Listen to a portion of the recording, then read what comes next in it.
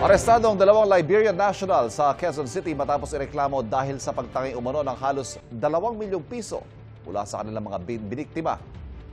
At napaniwala sa magic dollar. Unang balita si June Veneracion.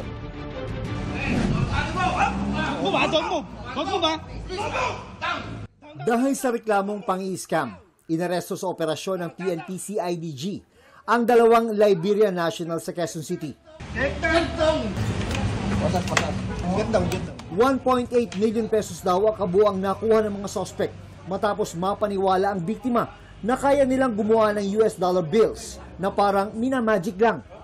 Harapang ipinakita daw ng mga suspect sa biktima ang pagsaboy ng chemical powder sa bugkos ng berdeng papel para gawing dolyar.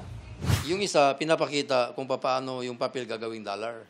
Yung isa naman, they will keep him or her busy na hindi niya malingat lang siya ng konti, papalitan na niya yung papel ng original na dollar. Ganun kabilis yung kamay nila.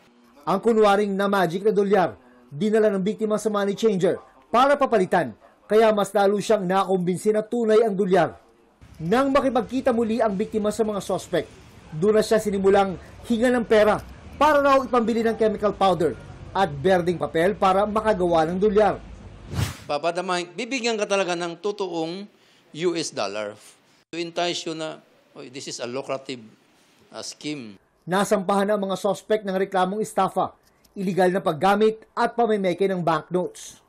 Sinusubukan pa naming makuha ang panig nila. Ito ang unang balita. June Veneracion para sa GMA Integrated News.